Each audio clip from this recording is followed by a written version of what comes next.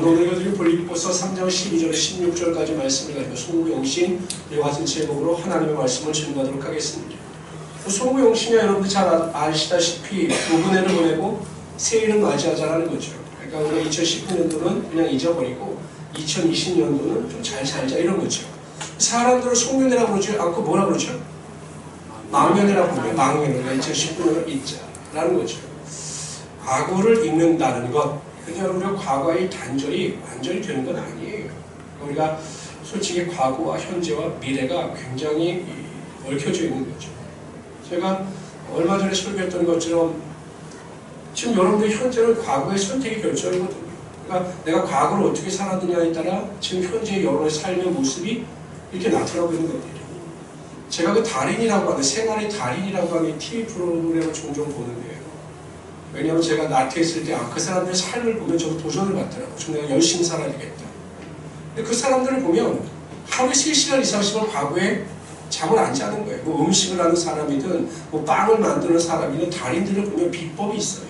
그러니까 과거에서부터 계속 절제된 삶을 살고 최고의 노력을 기울인 삶을 살았기 때문에 현재의 달인이 되는 겁니다. 그러니까 현재의 달인이 된 사람치고 과거를 대충 살았던 사람은 없어요. 과거를 열심히 살았고 최선을 다했기 때문에 현재의 달인이 되고 사람들에게 인정받게 되는 것이죠. 미래도 마찬가지입니다. 우리가 지금 현재, 신앙도 마찬가지예요. 현재의 우리의 이 자리에서 믿음 생활을 어떻게 하고 또한 우리의 삶을 어떻게 진행해 나가느냐에 따라 여러분들의 미래가 전혀 다를 수가 있다는 것입니다.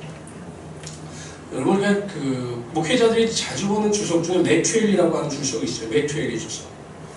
그런데 이 매튜엘의 주석을 친 이 매튜라고 하는 사람이 처음에는 이렇게 별 볼일 없는 사람이었어요. 청년회 때. 그래서 이 헨리 가문에 장가를 가려고 갔는데 그 가문에서 결혼을 탐탁치 않게 여기는 겁니다. 왜냐하면 별 볼일 없는 사람이니까. 그리고 어디에서 왔는지 가문도 별로 알려져 있지 않으니까. 그래서 이 헨리, 여인의 집안에서 이 매튜를 반대했습니다. 도대체 어떻게 살아왔는지 모르는 사람을 내 사위로 받아들일 수 없다. 이렇게 거부하는 거예요. 그랬더니 그 매튜를 사랑했던 헨리라고 하는 여인이 아버지에게 이렇게 이야기합니다. 아버지, 매튜가 과거에 어떻게 살았는지는 잘 몰라요. 그러나 미래에 그가 어떻게 살 것은 나는 분명히 합니다. 현재를 살아가고 있는 그의 모습을 보면 그의 미래가 밝고 훌륭하다는 사실을 나는 믿어요, 아버지. 그렇게 해서 그 아버지를 설득했다라고 하는 이야기가 있습니다. 제가 여러분 과거와 현재와 미래의 이야기를 왜 드리냐면 사도 바울이 오늘 본문에서 자신의 과거의 일과 또한 현재 일과 미래 일을 종합하면서 자신의 인생을 어떻게 결단하여 살아갈 것인가에 대하여 고백하고 있기 때문이죠. 그러니까 제가 여러분 송구영신 예배를 드렸을 때는 우리가 과거를 또 어떻게 잘 정리할 것인가, 그러니까 미래를 바라보면서 우리가 어떻게 결단하며 새해를 맞이하고 살아갈 것인가에 대한 올바른 결단과 선택이 있어야 한다는 것입니다. 여러분 신앙도요. 그러니까 제가 인생을 살아갈 때도 보면 기면 기고 아니면 아닌 거죠. 그렇지 않아요? 특히 이렇게 보면 뭔가 우리가 뜻을 이루고 뭔가 인생답게 살아가려면 정말 열심히 살든지 최선을 다해서 살든지 뭐 아닐 거면 그냥 그렇게 막 살든지 뭐 이렇게 하지. 그냥 인생도 어중간하게 살면 열매도 어중간하듯이 신앙도 마찬가지입니다. 어떻게 결단을 하고 우리가 어떠한 자세로 살아가느냐에 따라 믿음의 열매와 능력이 다르게 나타나게 되어 있다는 거죠. 오늘 여러분 워룸이라고 하는 영화를 보셨나요? 몇 번 안 보셨는데 보니까 거기서도 처음에 나올 때 그 변사님 같은 분이 그렇게 말씀을 하시잖아요. 처음 신앙이 없고 주일날만 나와서 예배드리는 사람한테 그냥 미지근한 커피를 주면서 어떻게 이런 커피를 먹으라고 주냐고. 그랬더니 그 권사 같은 분이 말씀하시잖아요. 우리 집에 뜨거운 커피와 찬 커피가 밖에 없는데 그냥 당신 때문에 내가 미지근한 커피를 만들어라. 그러니까 신앙을 그렇게 비유적으로 비판하는 거죠.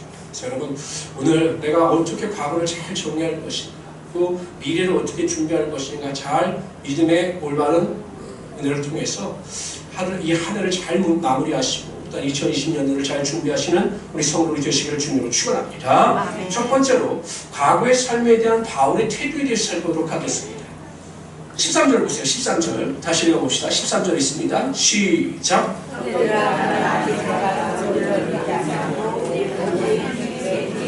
그만이 오직 하니 뒤에 있는 것은 잊어버린다는 거죠. 온고지신이라는 말이 있습니다. 옛 것을 잘 배워서 새 것을 잘 세워나간다라고 하는 의미죠. 그러니까 사도 바울이 이야기할 때 내가 옛 것을 다 잊어버리겠다는 겁니다. 내가 옛 일을 다 잊어버리겠다는 거예요. 근데 사도 바울이 옛 일을 다 잊어버리겠다라고 하는 그 관점은 두 가지 관점입니다. 첫째는 무엇이냐면 좋은 일, 잘한 일을 잊어버리겠다는 것입니다. 여러분 사도 바울이 얼마나 큰 기적과 능력을 행했습니까? 죽은 자를 살리기도 하고 귀신을 쫓아내기도 하고 하나님 안에서 하나님께서 주신 권세와 능력, 사람들에게 부러워할 만한 큰 기적과 표적을 얼마나 많이 행했습니까? 만일 사도 바울이 자신이 행한 기적과 능력을 말하고자 한다면 아마 많은 사람들 앞에서 자신을 자랑할 수 있을 것만큼 충분한 능력을 행했습니다. 여러분 보세요. 인간이 얼마나 나약합니까? 인간은 조금만 누가 인정을 해주고 칭찬을 해주면 그 칭찬과 영광에 빠져서 자신이 뒤를 돌아보지 아니하고 그냥 교만하여 잘못된 길을 걸어가고 있는 경우가 많이 있습니다. 지금 우리나라 이렇게 보시면 큰 교회 목사님들의 타락이나 문제가 왜 발생합니까? 사도 바울처럼 자신의 한 일에 대해서 하나님께 영광을 돌리고 하나님께서 하셨습니다 라고 하면 별 문제가 없을 텐데 그냥 사람들의 칭찬과 사람들의 높임에 빠져서 자신을 돌아보지 아니하고 자신의 교만에 빠져서 그렇게 하나님께서 원치 않은 길을 걸어가고 있는 겁니다. 우리도 마찬가지죠. 여러분 우리가 2019년도를 뒤돌아보면 여러분도 수고하시는 분들 참 많을 거예요. 뭐 찬양팀에서 만나실에서 뭐 곳곳에서 하나님의 영광을 위하여 수고하고 헌신한 분들이 많을 줄 압니다. 또 그런 생각도 하시겠죠. 내가 다른 사람과 비교해서 그런 내 신앙이 좀 나은 것 같아. 난 새벽 예배도 드리고 있고 큐티도 하고 있고 하나님의 말씀도 읽고 있으니 나는 그런 대로 2019년도를 성공적으로 살아온 것 같다 라고 하는 생각까지는 좋으나 그러한 생각을 가지고 교만하여 다른 사람을 판단하고 정죄하는 어리석음을 범하지 말라는 것입니다. 인간은 무엇인가 조금만 내가 다른 사람보다 뛰어난 것이 있으면 다른 사람을 비판하고 정죄하려고 하는 경향이 있어요. 우리 모든 성도님들은 내가 2019년도에 다른 사람들보다 좀 더 뛰어나거나 잘하는 것이 있다 할지라도 그것을 다 잊어버리시고 하나님께서 나를 위하여 칭찬과 영광과 존귀를 얻게 하신다라고 하는 마음을 가지고 겸손히 살아가시는 우리 귀한 성도들 되시기를 주님으로 축원합니다. 두 번째로는요. 과거를 잊어버린다라고 하는 사실은 사도 바울이 상처나 가슴 아픈 일을 잊어버리겠다고 고백하는 것과 같은 겁니다. 여러분 사도 바울을 보면 제가 이제 사도 바울을 이렇게 보면 사도 바울이 상처를 많이 받는 사람이에요. 사도 바울을 그렇게 쫓아다니는 사람이 사도 바울을 욕하고 비판하면서 떠나간 사람들도 있습니다. 얼마나 큰 고통과 좌절과 어려움을 당했는지 몰라요. 사도 바울은 사람들에게 받은 상처나 또한 여러 가지 일로 인한 고통을 다 잊어버리겠다는 거예요. 여러분 새술은 새 부대, 새 포도주는 새 부대에 담아야 한다라고 하는 성경 말씀이 있습니다. 제가 이렇게 성도들을 보면 우리 성도들을 보면 내 안에 상처나 아픔이나 미움이나 악한 생각이나 마음을 품고 있는 성도들은 절대 하나님의 은혜와 하나님의 축복의 능력이 임하지 않는다는 거죠. 왜냐하면 여러분 이 상처가 있는 분들 있죠. 상처가 있는 분들 그리고 자존감이 낮은 분들은 어떠한 충격이나 어떠한 말에 대해서 그것을 해석하는 방법이 전혀 달라요. 여러분들 한번 여러분 자신을 한번 잘 생각해 보시기 바랍니다. 제가 어떤 분이 정말 일이 잘 되는 분이 계셨어요. 사업이 잘 되는 분이 계셨어요. 집사님, 우리 교회 집사님이 아니시고 집사님이십니다. 저에게 전화가 왔더라고요. 목사님 이번에 저희 그 사업장에 축복을 받아서 엄청 수익을 많이 냈습니다. 목사님 기도해 주셔서 감사합니다. 이렇게 전화가 왔길래 제가 그분에게 그렇게 말씀을 드렸습니다. 집사님 하나님께서 축복해 주셨으니까 더 겸손히 하나님 앞에 섬기는 마음을 가지고 회사를 운영해 나가십시오. 하나님께 더 축복해 주실 것입니다. 이렇게 말씀을 드렸거든요. 그랬더니 나중에 저에게 들려오는 소리가 목사가 자신을 교만하라고 욕했다는 거예요. 그렇게 말했다. 자신이 잘 되는 게 배가 아파서 목사가 교만해서 자신을 그렇게 욕하고 비판했다. 이렇게 다른 사람들의 입술을 통해서 저에게 들리는 겁니다. 여러분 어디 제가 그분을 욕했어요? 근데 그분이 그렇게 상처가 있는 거예요. 그래서 어떤 말을 들으면 자신에게 조금 더 격려하고 조금 더 이렇게 푸시하는 말을 하면 그것 때문에 상처를 받고 못 견디는 거죠. 그러니까 자신에게 항상 좋은 말을 해줘야 되는 거예요. 근데 그 말을 해주니까 충고의 말을 해주니까 그렇게 못 견디는 겁니다. 왜? 상처가 있기 때문에. 그분은 은혜가 들어가도 은혜가 변질되는 거죠. 하나님께서 온전히 치유해 주시지 않는 이상 절대 하나님의 온전한 은혜가 임할 수가 없다는 거죠. 교회를 오다가 그분이 저에게 인사를 했어요. 근데 여러분 죄송하지만 제가 안경을 안 써요. 왜냐면 콧대가 낮아가지고. 근데 제가 생각보다 눈이 안 좋아요. 그래서 어쩔 때 사람을 잘 못 봐요. 그럼 여러분, 목사님 나를 못 봤나 보다 이렇게 해석하시면 되잖아요. 목사님이 자기에게 기분 나쁜 일이 있었고 자기에게 인사를 안 했다 이렇게 해석을 하는 분들이 있어요. 똑같은 것도 여러분 제가 못 봐서 인사를 못 했다라고 하면 은혜가 되지만 목사님이 자기를 무시해서 인사를 안 했다라고 하면 상처가 되는 거예요. 어떻게 해석을 하느냐가 틀린 건데 대부분의 사람들은 긍정적인 해석보다는 부정적인 해석을 많이 한다는 겁니다. 신방한다고 제가 안부 문자를 보냈어요. 어떤 청년에게 안부 문자를 보내서 청년이 좀 열심히 나오고 참석하십시오라고 했더니 그 청년이 또 다른 청년에게 이렇게 이야기하는 거예요. 목사님이 자기한테 집착한다. 아니 어떻게 신방하고 집착한다고 막 이런 말을 합니까? 그 다음부터 제가 요즘에는요 신방 문자 보내고 신방이 굉장히 조심스러워졌어요.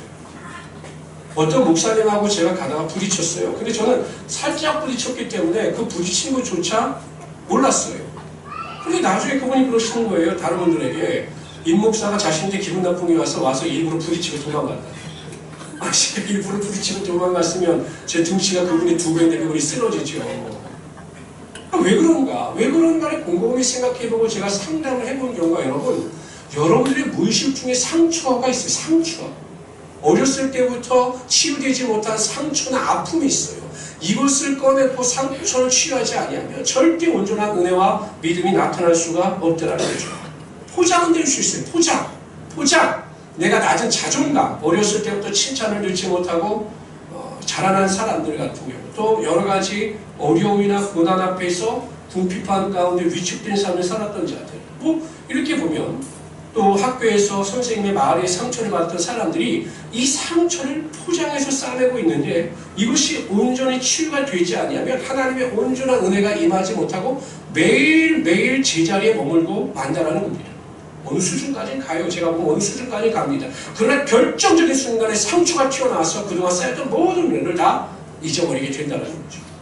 그래서 저는 이 시대에 있어서 우리가 살아가고 있는 이 시대에서 가장 중요한 목회 사역 중에 하나가 성도들이 가지고 있는 그 내재되어져 있는 상처를 치유받을 수 있도록 낮은 자존감을 치유받을 수 있도록 끊임없이 교회가 기도하고 간구하며 그들을 치료할 수 있어야 된다는 것입니다.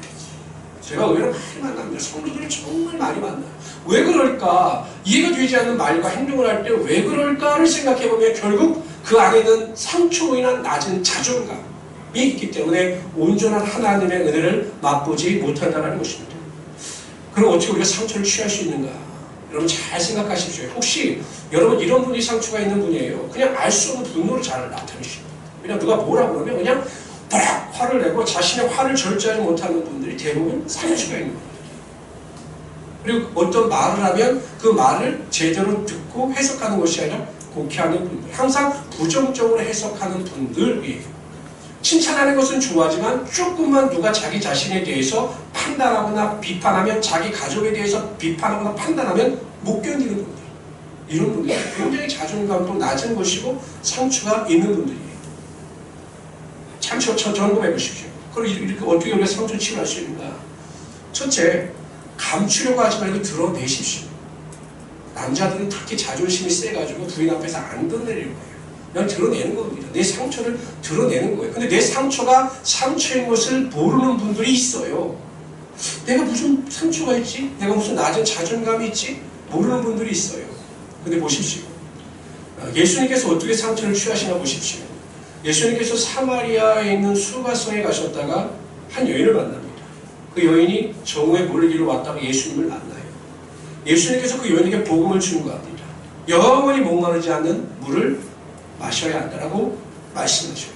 그랬더니 이 여인이 뭐라고 말씀하시냐 하면, 이야기하냐면, 예수님, 그럼 그 물을 내게 마시게 하옵소서. 그래서 내가 더 이상 물을 깃지 않게 하옵소서라고 간구를 합니다. 그랬더니 예수님께서, 여인이 물을 달라고 이야기하는데 예수님께서 뭐라고 선포하시냐면, 그럼 가서 네 남편을 데려오라. 네 남편을 데려와라. 근데 여러분, 이 여인은요, 자기 남편에 대한 사실을 좀 감추고 싶었던 것 같아요. 그랬더니 이 여인이 뭐라고 이야기하냐면 거짓말합니다. 나는 남편이 없습니다. 난 남편 없어요, 예수님. 무슨 말씀하시는 겁니까? 그때 예수님이 정확하게 이야기합니다. 그래, 네 말이 맞다. 내가 지금까지 5명의 남자와 결혼을 했고 지금도 딱 남자와 살고 있는데 그들은 내 남편이 아니다. 이렇게 말씀하셔요. 그러니까 네가 진정으로 사랑했던 남편이 아니다. 이렇게 말씀하시는 거죠. 이 여인이 얼마나 깜짝 놀랐겠습니까? 이 여인에게 있어 상처는 남편들이었죠. 남편들. 그 남편들에 대한 상처를 감추고 싶었지만 예수님께서는 그 상처를 드러내신 겁니다. 여러분들이 예배 시간에 기도의 시간에 나와서 하나님께 기도할 때 하나님 앞에서 내 상처를 드러내게 하시고 내 입술로 내 상처를 하나님께 기도할 수 있도록 도와주시옵소서라고 기도하면 하나님께서 내면 속에 있는 상처를 드러내게 하시고 믿음으로 기도하게 하시고 그 상처 가운데 하나님의 은혜가 반드시 임하게 하여 주시는 거죠. 여러분, 저는 가끔은 상담하시는 분들이 결국 한 게 뭐냐면 상처를 드러내는 거예요. 상처. 여러분 상담 받아보셨습니까? 상담 받으러 가보면요, 대부분 뭘 이야기하냐면 당신 이야기를 하라는 거예요. 당신 이야기. 그럼 당신 이야기를 하면 계속 자기를 드러내는 거죠. 말하다 보면 자신이 가지고 있는 상처를 깨닫게 되고 그 상처를 치유받을 수 있게 되는 겁니다. 여러분, 이 세상에 완전한 사람은 없어요. 분명히 기억하십시오. 내 안에 있는 상처가 치유받지 못하면 온전한 하나님의 은혜가 임할 수 없음을 깨달으시고 항상 믿음 안에서 자신의 상처를 깨끗이 치유받을 수 있도록 최선을 다하시는 우리 성도들이 되시기를 주님으로 축원합니다. 꼭 기억하셔야 될 것은 근데 하나님은 반드시 상처를 치유하시고 그 상처 치유를 통해서 하나님의 능력이 나타나게 하여 주신다는 겁니다. 여러분, 요셉이 얼마나 큰 상처가 있었습니까? 형들이 자기 자신을 배반하고 죽이려고 했어요. 평생 잊을 수 없는 상처입니다. 그래서 그가 그 상처 가운데 휩싸여서 인생을 허비했느냐? 아마 보통 사람들 같으면 매일 칼을 갈았을 겁니다. 형님들 내가 만나기만 하면 가만 안 두겠다라고 칼을 갈았을 겁니다. 요셉은 그렇게 하지 않았어요. 하나님께 기도하고 하나님께 매달려서 자신의 상처를 내려놓고 간구했더니 하나님께서 그 상처를 치유하시고 오히려 그 상처를 통해서 하나님의 역사가 나타나게 하여 주셨던 거죠. 아하, 형들이 나를 배반하고 나를 힘들게 한 것은 하나님께서 하시는 거구나. 하나님께서 나를 이 땅으로 보내시고 총리로 세우셔서 모든 위기 가운데 나라와 민족을 구하기 위하여서 이 땅으로 보내셨구나 하는 것을 깨닫게 하여 주심으로 상처를 취하게 하여 주셨던 겁니다. 성도 여러분, 우리가 어떠한 상처 가운데 있든지 그것을 내어놓고 기도하고 하나님의 은혜를 구하면 하나님은 그 상처를 통해서 하나님의 영광이 나타나게 하여 주시고 하나님의 존귀가 여러분 가운데 흘러넘치게 하여 주시는 것입니다. 근데 제가 왜 이렇게 상처에 대한 이야기를 할까요? 왜 이렇게 상처에 대한 이야기를 할까요? 여러분, 1년 동안 교회에서 받은 상처가 있구나, 혹은 다른 사람에게 받은 상처가 있구나, 성도들의 말에 의한 상처나 아픔이 있다면 그것을 오늘 이 시간 결단하고 깨끗이 씻고 내일부터는 새로운 마음으로 살아가시는 우리 성도들이 되시기를 주님으로 축원합니다. 우리 아멘이 잡으세요. 축원합니다. 아멘. 여러분 보면 그 빌립보 교회라고 하는 것이, 빌립보 교회가 그래도 나름대로 신약교회에서는 굉장히 완전한 교회였거든요. 빌립보 교회가 거기도 보세요. 사도 바울이 뭐라고 이야기해요? 내가 유오디아를 구하고 순두개를 구하라. 내가 권하노니 너희가 그리스도 예수 안에서 같은 마음을 품으라고 이야기를 하는 거죠. 여러분, 내 안에 다른 성도에 대한 섭섭함이나 다른 성도에 대한 비판이나 정죄가 안에 있으면 하나님의 온전한 은혜는 임할 수가 없어요. 여러분, 아무리 맛있는 음식이라 할지라도 여러분 아주 더러운 쓰레기를 담은 쓰레기통에 맛있는 음식을 담아도 그 음식은 쓰레기가 되는 것과 마찬가지로 여러분들의 상처, 여러분들의 아픔, 고통, 미움, 시기, 판단이 이 마음속에서 깨끗이 제거되지 않으면 하나님의 온전한 은혜가 될 수가 없다는 것입니다. 어떤 분들이 이렇게 상담을 하다 보면 항상 제자예요. 항상 제자. 제가 이런 말씀을 드리냐면 좀 나아졌나 싶으면 또 갔다 과거의 이야기를 또 하시고 또 나아졌나 싶으면 옛날의 상처가 또 나와요. 그러니 여러분 계속 제자리 돌기를 계속 반복하면 무슨 믿음의 진보와 발전이 있겠느냐는 것이에요. 기억하십시오. 내 마음속에는 상처와 아픔과 비판과 미움과 시기와 질투가 완전히 사라질 때 하나님의 온전한 은혜가 임한다는 사실을 꼭 기억하시고 오늘 이 시간 예배가 끝나고 돌아가는 그 순간 모든 것을 성전에 던져놓고 돌아가시는 우리 성도들이 되시기를 주님으로 축원합니다. 있으시죠? 섭섭한 거 있으시죠? 뭐 남편에게 섭섭한 건 없겠습니까? 아내에게 섭섭한 건 없겠습니까? 모든 섭섭함을 이 성전에 다 내려놓으십시오. 혹시 성도들 간에도 섭섭한 거나 아쉬운 거나 뭐 기분 나쁜 것이 있다면 다 내려놓고 돌아가시는 여러분들이 되시기를 주님의 이름으로 축원합니다.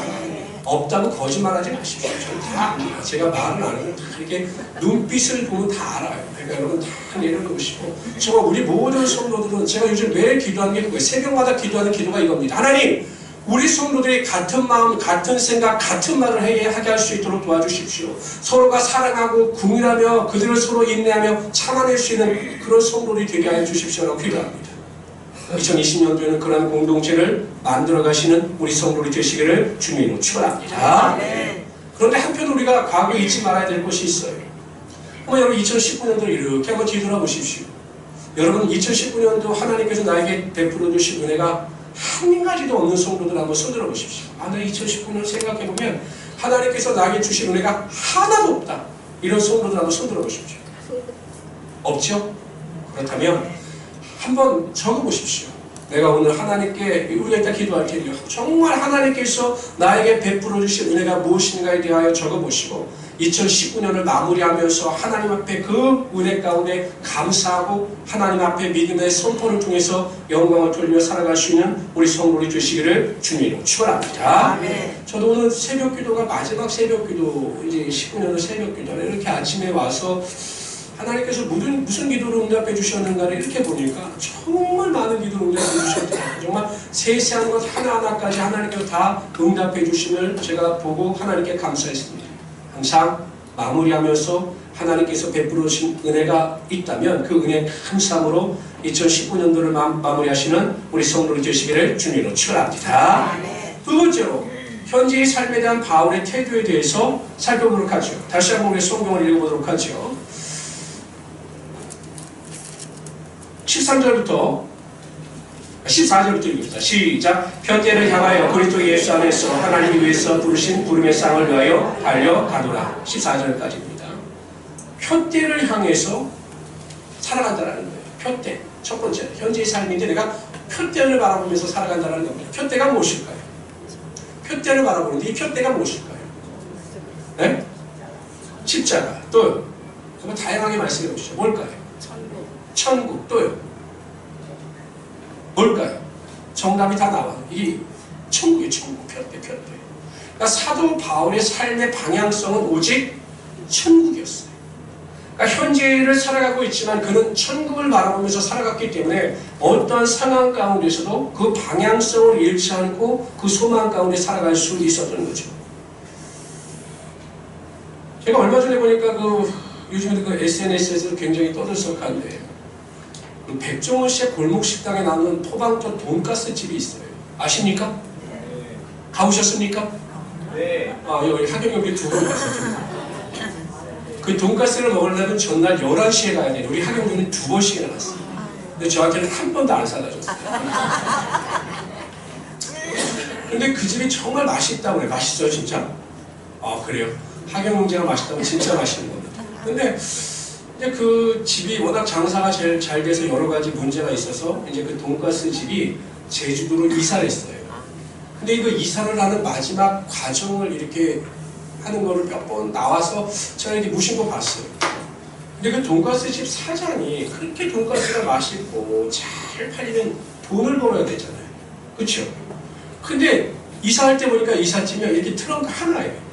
그리고 전 재산이 3천만 원이에요. 그러니까 MC들도 이해가 되지 않았던 거죠. 아니 그렇게 돈가스 집이 잘 되고 막 사람들이 줄을 서서 먹는데 어떻게 돈을 못 벌었냐. 그랬더니 그 아내가 하는 말이 우리 남편은 장사가 잘 될수록 찾아오는 고객들을 만족시키기 위하여 가장 좋은 재료만을 쓴다는 거예요. 가장 좋은 재료를 써서 가장 좋은 음식을 제공함으로 고객들을 행복하게 하는 것이 내 장사의 목적이라는 거죠. 제가 그 말에 굉장히 감동을 받았습니다. 그러니까 방향성이 결정되어진 거예요. 이 사람에게 있어서 돈이 목적이 아닌 거죠. 여러분 골목식당에도 이렇게 보면 금세 기술을 배워서 돈 벌려고 하다가 망하는 집들이 많은데 이 사람은 그냥 본질이 무엇인가는 아닌 거예요.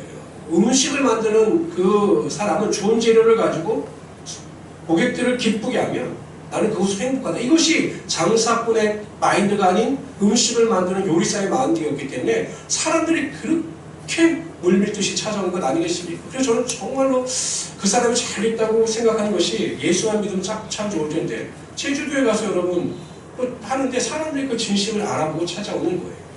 제가 왜 이런 말씀을 드리냐면 여러분 우리가 인생을 살아가는데 방향성만 바르면 속도와는 상관없이 정말 우리가 본질에 대하여 올바른 방향성을 가지고 살아나가게 되면 결코 우리가 믿음 안에서 이탈하는 삶을 살아가지 않게 된다는 거죠.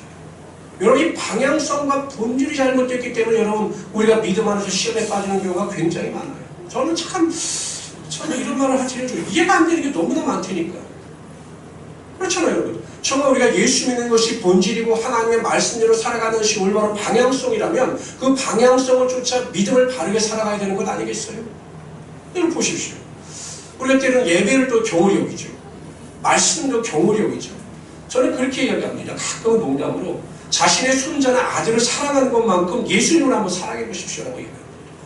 한번 생각해 보세요. 내가 내 자녀, 내 손자를 사랑하는 것만큼 예수님을 사랑하고 있는지, 내가 회사 일에 열심히 하는 것만큼 주님의 일에 열심히 하고 있는지, 본질이 하나님의 영광이고 천국을 향해서 살아나가는 것이라면 우리의 삶의 태도도 분명해야 되지 않겠어요? 남과 비교해서 내가 좋은 집 살지 못하니까, 남과 비교해서 내가 좋은 직장 다니지 못하고 많은 수입을 올리지 못하니까 나를 불행하다고 생각하는 것, 이건 여러분 본질이 아니에요. 예수 믿는 사람들에게서 본질은 내가 얼마나 믿음 생활 가운데 잘 살고 하나님의 뜻대로 살고 천국에 대한 소망을 가지고 살아가느냐, 이게 본질이라는 것이죠. 그런데 이 본질, 방향이 잘못되어져 있기 때문에 우리는 비본질적인 것 때문에 낙심하고 절망할 때가 많다니까요. 정신을 차려야 될 때가 된 것 같아요. 이제는 우리가 정신을 차리고 정말 본질을 쫓아 살아가는 거죠. 방향을 사도 바울처럼 천국에 대한 소망을 가지고 살아가야 하는 것 아니겠습니까? 여러분 사도 바울의 삶이 얼마나 힘이 들었습니까? 여러분 예수님께서 강압적으로 부르셨어요. 사도 바울이 뭐 하고 싶어서 자원하는 게 아니라 그 다메섹 도상으로 예수 믿는 사람들 잡으러 가는 게 아니라 하나님께 예수님께서 꼬꾸라뜨려서 이방인의 사도로 삼으셨어요. 그럼 좀 잘해주셔야 되잖아요. 저 먹을 것도 입을 것도 좀 잘해주셔야 되잖아요. 왜냐하면 사도 바울이 자원하는 것이 아니라 부르셨으면 그 최소한 예수님의 양심이 있으시면 좀 잘해주셔야 되잖아요. 근데 여러분 사도 바울의 삶이 그랬습니까? 한번 보십시오. 어떠니까? 읽어봅시다. 시작.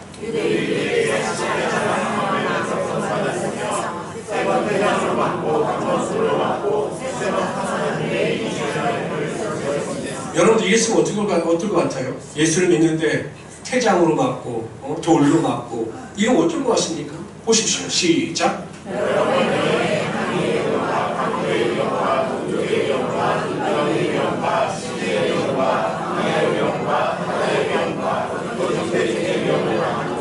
또 읽읍시다. 시작.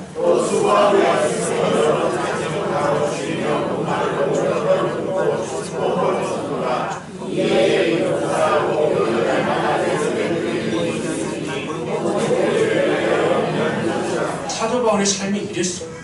근데 여러분 사도 바울이 이렇게 고난의 삶을 살고 사명을 감당한 일에 핍박을 받았다고 해서 자신을 불행하다고 생각했느냐? 아니에요. 왜냐하면 사도 바울은 방향성이 분명했어요. 나는 천국 백성이고 천국의 소망을 두고 살아가는 자다라고 하는 이 방향성이 분명했기 때문에 이 땅에 대한 소망이 없었다니까. 11절에서 내가 정말 40에 하나 감한매를 5번이나 맞고 강의 위협과 강동의 위협과 온갖 어려움을 당했다라고 이야기를 합니다. 그럼 12장에서 그래서 내가 너무 힘들어서 몇 번씩이나 하나님 앞에 원망하고 불평했다 이렇게 말해야 맞는데, 고린도서 12장에 가면 사도 바울은 갑자기 자신이 천국에 대한 경험한 것을 고백합니다. 물론 자기 자신이라고 밝히지 않아요. 내가 부득불 이야기하는데 나는 아니다 이렇게 이야기해요. 사도 바울이에요. 사도 바울이 천국을 보고 온 겁니다. 루스드라에서 복음을 전가하다 돌에 맞아서 사람들이 죽은 줄 알고 성 밖에 버렸습니다. 아마 그때 천국을 경험하고 온 것이 아닌가 사람들은 추측을 하는데, 천국을 보고 오니까 그렇지 않아 내가 표대를 향해서 살았는데 천국을 보고 오니까 이 세상의 모든 것이 헛되고 헛된 것으로 보이기 시작한 거죠. 이 세상의 모든 부귀와 명예도 다 헛된 것으로 보이기 때문에 오직 천국을 바라보면서 소망 가운데 살아갈 수 있었던 것입니다. 성도 여러분, 정말 우리가 이 세상을 살아갈 때 천국에 대한 온전한 믿음과 소망을 가지고 살아가실 수 있는 우리 성도들이 되시기를 주님으로 축원합니다. 제가 요한계시록이나 다니엘을 강의할 때 꼭 그런 말씀을 드려요. 우리나라 같은 경우 뭐 신천지나 이런 이단들이 왜 요한계시록을 강의하다가 이단으로 빠지냐면 때와 시기 또 구세주가 누군가를 해석하다가 이단으로 빠져요. 요한계시록이나 다니엘의 핵심은 때와 시기의 문제가 아니에요. 다니엘이나 요한계시록이나 모든 성경의 묵시가 강조하는 것은 이 세상은 반드시 멸망한다는 거예요. 그러나 하나님의 나라가 영원히 존재하기 때문에 너희는 구원을 받아 다 하나님 나라에 들어가야 한다. 이것이 요한계시록이 강조하는 핵심이거든요. 여러분, 천국과 지옥은 확실히 존재합니다. 우리는 천국 백성으로 구원을 받아 하나님 나라에 소망을 두며 살아가야 합니다.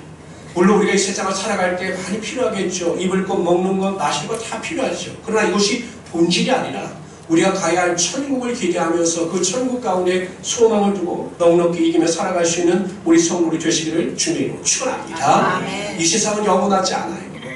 여러분, 군대 갔다 온 사람들은 그런 말을 많이 합니다. 국방부 시계는 거꾸로 매달아도 간다는 말이에요. 아무리 힘들고 어려워도 가는 거예요. 시간. 마찬가지예요. 이 세상에서 아무리 고통과 고난을 당한다 할지라도 결국 우리는 하나님 나라에 들어가는 자들입니다.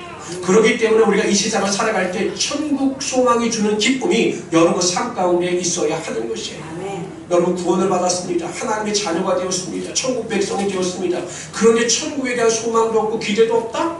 난 천국에 대한 소망이 없고 천국을 생각할 때마다 마음에 기쁨이 없다? 오늘 다시 한번 생각해 봐야 합니다. 어떤 분에게 설교를 갖다가 이렇게 했더니 천국에 대한 설교를 했더니 그 연세 드신 분이 저에게 그러더라고요. 아유 목사님 그래도 개똥밭이라도 그래도 이 땅에서 굴러나가는 게 더 낫죠. 빨리 갑니까? 이렇게 얘기를 하시더라고요. 그럼 믿음 없는 소리죠. 여러분 천국은 반드시 있다는 사실을 깨달으시고 천국의 소망을 가지고 승리하며 살아가시는 우리 귀한 성도들 되시기를 주님으로 축원합니다. 두 번째, 사도 바울은 현지에 어떻게 살았느냐? 부름의 상을 쫓아 살았다라는 것이에요. 부름의 상. 다시 한번 읽어봅시다. 있습니다. 4장 14절 시작.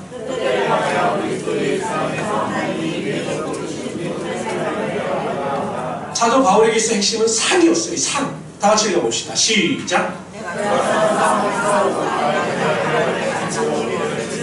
이제부로는 나를 위하여 이 멸관이 예비되었으므로 죽은 돌아오신 재판장이 그날에 여러분들 다 천국에 들어가요. 근데 여러분 중요한 게 무엇이냐? 천국에 들어가면 여러분들이 이 땅에서 행한 일대로 여러분들의 상급 심판이 있다는 거예요. 믿으십니까? 근데 여러분 그렇다면 어떻게 해야 될까요? 좋은 상을 받도록 노력해야 될까요? 아니면 대강 살다가 대강 들어가야 될까요? 좋은 상을 받아야죠. 제가 요한계시록 강의할 때도 말씀드렸지만 여러분 요즘 보면 한참 연예대상 막 발표하고 그러잖아요. 연예대상 딱 발표했을 때 뭐 연예대상 누구 그럼 동료들이 어떻게 합니까? 옷을 하나로 남겨주죠. 그래서 막 옷을 막 어떻게 주최할지 몰라서 막 이렇게 들고 나오는 사람이 있어요. 근데 연예대상을 받았는데 동료들이 꽃 한 송이 달랑 들어다 주면 이게 얼마나 부끄럽겠어요. 이렇게 하나 들고 나와요. 천국 가서 그러한 부끄러움을 당하지 않도록 이 땅에서 최선을 다하여 달란트와 상금을 쌓을 수 있는 우리 성도들이 되시기를 주님으로 축원합니다. 제가 부평에서 전도사 때 1학년서부터 6학년 아이들을 가르쳤어요. 그러니까 설교하기가 얼마나 어렵겠어요. 1학년 애들을. 6학년 말로 하면 이해를 못한다고 그러고 1학년 말로 설교를 하면 6학년 애들은 유치하다고 그러고 제가 설교하기가 너무 힘들었어요. 율동하는 것도 얼마나 힘들겠어요. 제가 남자 전도사가 나는 구원의 문이야 막 이래가지고 율동하는 게 얼마나 힘들었겠어요. 제가 아이들 하나 생각했어요. 아이들에게 상을 줘야 되겠다. 예배 때. 그래서 아이들에게 제 상을 보여줬습니다. 한 달에 한 번씩. 우리 친구들 뭐가 보여요? 전도사님 과자예요. 그래요. 전도사님이 오늘 예를 잘 드리고 전도사님이 물어볼 때마다 대답 잘하는 친구에게 이 상을 줄 거예요. 알았죠? 애들이 네! 네! 막 소리 지르요. 우리 친구들 한번 아멘 해봅시다. 우리 아멘 잘하는 친구에게 상이 갑니다. 그럼 아이들이 막 목젖이 보여요. 목젖이. 얼마나 아멘을 크게 했는지 막 상을 받으려고 그냥 목숨을 걸어요. 제가 그걸 보면서 느꼈던 게, 야, 우리가 하나님 나라의 상을 그렇게 기대해야 되지 않겠어요? 내가 정말 이 땅을 살아가되 하나님의 영광을 위하여 살고 하나님의 나라의 상급을 위하여 살아가는 자가 되어야 되겠다라는 믿음의 결단이 있어야 되지 않겠느냐라는 것이에요. 저는 가끔 정말 믿음이 좋다라고 하는 분들에게 의외의 말을 듣고 실망을 금할 때가 굉장히 많아요. 정말 믿음이 좋다는 이 사람은 인정했다 했는데 갑자기 저에게 그런 부탁을 하는 거예요. 목사님, 제가 이제 진급을 했는데 정말 세상에 유혹이 다가오고 세상에 어려움이 다가옵니다. 그럼 제가 적당히 접대도 해야 되고 술을 마실 일이 있는데 제가 그걸 이길 자신이 없습니다. 목사님 기도해 주십시오. 근데 그 말투에는요, 내가 할 수밖에 없다 이런 말투예요. 그럼 제가 무슨 생각이 들겠습니까? 성공을 위해서, 자신의 안위를 위해서 결국 타협을 해야 된다 이런 말밖에 안 들려요. 그럼 여러분 그 자리에 올라가지 않는 것이 오히려 축복일 수 있지 않겠습니까? 내가 감당할 수 없다면, 내가 믿음으로 이길 수 없다면, 그래서 내가 하나님의 영광을 드러내지 못하고 하나님 나라의 상급을 쌓을 수 없다면 과연 굳이 그 길을 갈 필요가 있겠느냐라는 거예요. 아니 목사님이니까 그런 말을 하실 수 있는 것 아니겠습니까? 물론 목사이기 때문에 그런 말을 하죠. 목사이기 때문에 그런 말을 해야 하는 겁니다. 우리가 2020년도에는 여러분 우리 적당히 믿지 맙시다. 적당히 믿으려고 하지 마세요. 그냥 세상과 더불어 살면서 주일날 하루 교회 나와서 예배 드리는 것 이거 하나만으로 내가 할 본분을 다 하고 있다 이렇게 착각하지 말라는 것입니다. 이제 마지막이 가까웠기 때문에 정말 정신을 차리고 우리가 믿음 안에서 온전히 살 수 있어야 하는 것입니다. 우리 하루 중에 하나님을 위하여 드리는 시간이 얼마나 됩니까? 여러분 기도하는 시간이 얼마나 됩니까? 하나님 말씀 읽는 시간이 얼마나 됩니까? 일주일에 예배 드리는 시간이 얼마나 됩니까? 별로 안 되거든요. 너무 안타깝지 않습니까? 점점 예배가 없어집니다. 교회들마다 다 예배가 사라집니다. 어떤 분은 저에게 그런 이야기를 해요. 수요일날 목사님 저녁 때 한 명 나오는데 무슨 예배를 드셔요? 그냥 없애버리시지. 아니거든요. 저는 한 명이 예배를 삼아하는 자가 있어서 나온다면 절대 전 예배를 없애지 않아요. 하나님께서 그 한 영혼을 얼마나 기뻐 받으시겠어요? 저녁 늦은 시간에 내가 하나님께 예배 드리겠다고 나온 한 영혼을 하나님께서 얼마나 귀히 여기시겠느냐라는 것이에요. 그런 성도들이 세상을 이기며 살아갈 수 있는다는 것입니다. 히브리서에 보면 믿음의 선조들에 대해서 쫙 설명을 합니다. 그리고 나중에 보면 뭐라고 이야기하면 그들의 믿음을 세상이 감당하지 못했다 이렇게 결론을 내려요. 다 순교를 당하고 다 죽임을 당했는데 성경은 세상이 그들의 믿음을 이기지 못했다라고 결론을 내립니다. 여러분 천국에 있고 천국에 가면 반드시 하나님의 상급이 있다라고 믿는 성도들은 이 땅에서 하나님을 위하여 살아가게 되어 있는 것입니다. 로마서 14장에 보십시오. 살아도 자기를 위하여 사는 자가 없고 죽어도 자기를 위하여 죽는 자가 없도다. 살아도 주를 위하여 살고 죽어도 주를 위하여 사나니 우리가 그의 것이다. 이렇게 말씀하셨거든요. 우리가 결단하고 2020년도에는 정말 살아가시고 열심히 주일날 잠깐 한 시간 예배 드리고 내가 다 했다 이게 아니라 정말 일주일 내내 주님을 생각하면서 살아갈 수 있도록 최선을 다해보라는 것입니다. 그래서 우리 모든 성도들이 2020년도에는 믿음 안에서 온전히 미래를 향하여 걸어나갈 수 있는 하나님의 귀한 성도들이 되시기를 주님으로 축원합니다. 기도합시다.